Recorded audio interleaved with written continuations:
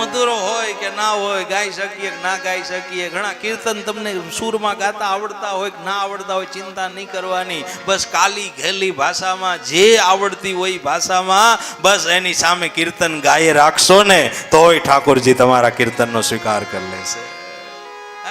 બસ જેવી જેની ભાષા હોય ને એવી ભાષામાં ગાય રાખીએ તો બી એ સ્વીકાર કરે છે. બ્રહ્મની ભાષા એક જ છે, આપણા બધાની ભાષા અલગ અલગ છે, બ્રહ્મની ભાષા એક જ છે. બસ એ ભાવની ભાષા જાણે છે, એ કોઈ ભાષાઓ બીજી જાણતો નથી. એક નાનું બાળક મંદિરમાં જઈ અને એબીસીડી બોલતું હતું. એક નાનું બાળક મંદિરમાં જઈ અને એબીસીડી બોલે, અને એબીસીડી બોલે એટલે પૂજારીએ કહ્યું કે આ મંદિરમાં ક્યાં એબીસીડી બોલે છે, સ્કૂલમાં હોય બોલવાની. ત્યારે બાળકનો જવાબ સાંભળજો. એ બાળકે એવું કહ્યું કે મહારાજ, મને કોઈ સ્તુતિ કે મંત્ર આવડતા નથી, મને આ મૂળાક્ષર આવડે છે. બસ એ મૂળાક્ષર બોલી જાઓ એબીસીડી ના, પછી એને જે ગમે ને એવી સ્તુતિ ઈ બનાવી લે ને એને ગમે એવું ભજન ઈ બનાવી લે, એને ગમે એવું એ કરી લે. બસ મને તો કઈ આવડતું નથી, મને તો આ જ આવડે છે. શબ્દો મળે કે ના મળે, મારે સ્તુતિ તમારી ગાવી છે. શબ્દો મળે કે ના મળે, મારે સ્તુતિ તમારી ગાવી છે. બસ એ જ ભાવ, એક જ ભાવ. પ્રભુ જેના સન્મુખ થાય એની મુક્તિ થઈ જાય. જટાયુને ખોળામાં લીધા તો જટાયુએ પ્રાણ છોડી દીધા, મુક્તિ મળી ગઈ. ત્યાંથી આગળ ચાલ્યા અને રસ્તામાં શબરીનો આશ્રમ આવે. ટૂંકમાં દર્શન કરાવું. શબરીનો આશ્રમ આવે. 7 વર્ષથી લઈ અને 70 વર્ષની શબરી થઈ ગયા હતા. પ્રભુના સ્મરણ કરતા હતા, રાહ જોતા હતા.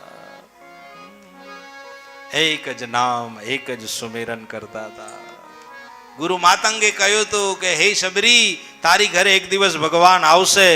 પછી શબરી રાહ જોતી હતી, આજ ના આવ્યા તો કાલ આવશે, ને કાલ ન આવ્યા તો આજ આવશે.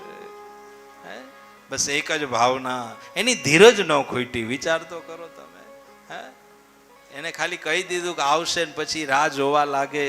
70 વર્ષ વીતી જાય છતાંય ન આવે તો એનો વિશ્વાસ ના તૂટ્યો. એ વિશ્વાસ કેટલો અડગ હશે. આપણે 1 દી રાહ જોઈએ, 2 દી રાહ જોઈએ, 3 દી રાહ જોઈએ, 4 દી રાહ જોઈએ, 5 દી રાહ જોઈએ, 6 દી ના આવે હવે આવવા આવશે તો આવશે. આપણો જવાબ એવો બની જાય, થવું હશે તો થશે એવું કહીએ આપણે. નહીં, શબરી તો એક જ રાહ જોતી હતી, બસ પ્રભુ આવે.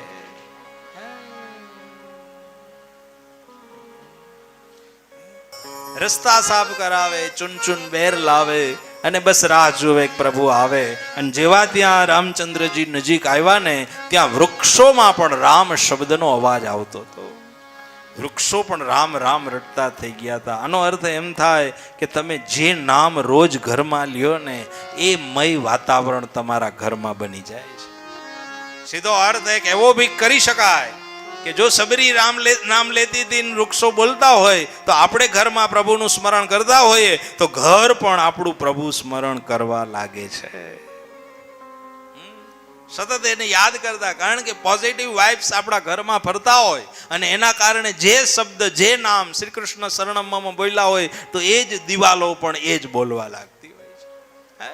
ઘણા લોકો નથી કહેતા કે ભાઈ અહીંયા આપણે બેઠકજીમાં મંદિરમાંથી કીર્તન સંભળાય, વૃક્ષમાંથી કીર્તન સંભળાય, અમુક વૃક્ષમાંથી શ્લોક સંભળાય.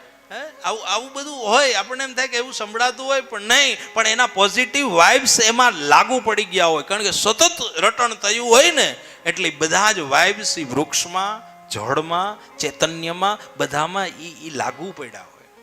એના કારણે એ ભી બોલતું હોય. ખાલી સજીવ બોલે એવું જ નથી, જળ પણ બોલે છે. જળ ચેતન ગુણ દોષમય વિશ્વ કિયો ન કીર્તાર, એ પણ બોલે જ છે. વિચાર તો કરો, જનાબના છાણા જો બોલતા હોય તો આ ન બોલે? જનાબાઈના છાણામાં અવાજ આવતો તો વિઠ્ઠલ વિઠ્ઠલ વિઠ્ઠલ, આવો અવાજ ઈ સાંભળતા હતા. વિચાર તો કરો, જળમાં પણ એમ વૃક્ષમાં પણ બોલતા હતા. એ સમયે પ્રભુ સ્મરણ એમાં થતું હતું.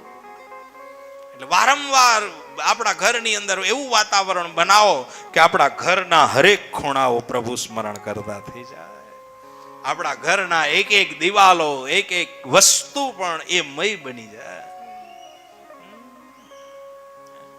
વિચાર તો ખરી, ખાલી પોપટ ને તમે પ્રભુ નામ રોજ બોલો તો પોપટ નથી બોલતો. ઘણા પોપટ ના બોલતા હોય, રામ રામ બોલતા હોય, કૃષ્ણ કૃષ્ણ બોલતા હોય, ઘણા બોલતા હોય. એનામાં જો એવી ભ્રાંતિ આવી જતી હોય તો આપણામાં પણ એ વસ્તુ બને, સતત બોલે.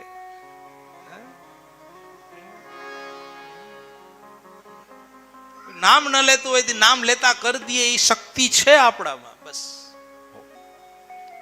થિંકિંગ હોવું જોઈએ. સબરીના વૃક્ષો બોલતા હતા. લક્ષ્મણજીએ કહ્યું કે પ્રભુ આપણે ક્યાં આવ્યા? સબરીનો આશ્રમ છે.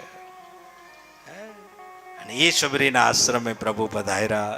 દૂરથી આમ જ્યાં સબરીએ જોયા ત્યાં તો ઉભા થઈને દોટ મૂકી, જાણે યુવાન સબરી દોડતી આવતી હોય એવી દોટ મૂકી છે.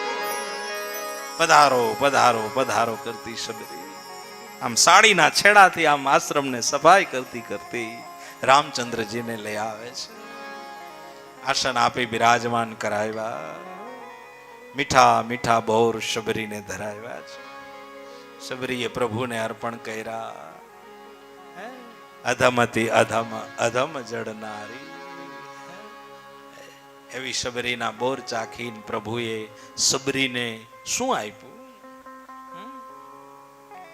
નવધા ભક્તિ આપી છે. આટલા વર્ષો સુધી રાહ જોયા પછી સબરીને શું મળ્યું? તો કે ભક્તિ મળી. અને ત્યાં તો સબરી રાજી થઈ ગયો, ખૂબ સબરી રાજી, મને નવધા ભક્તિ મળી ગઈ. એક ભક્તિ પામવા માટે યુગો સુધી અવતાર લેવા પડે. એક ભક્તિ પામવા માટે યુગો યુગાંતર સુધી અવતાર લેવા પડે. પણ આ સબરીને તો ખાલી પ્રભુના શરણમાં ગઈને ત્યાં તો નવે નવ પ્રકારની ભક્તિ પ્રાપ્ત થઈ ગઈ છે. આ સબરી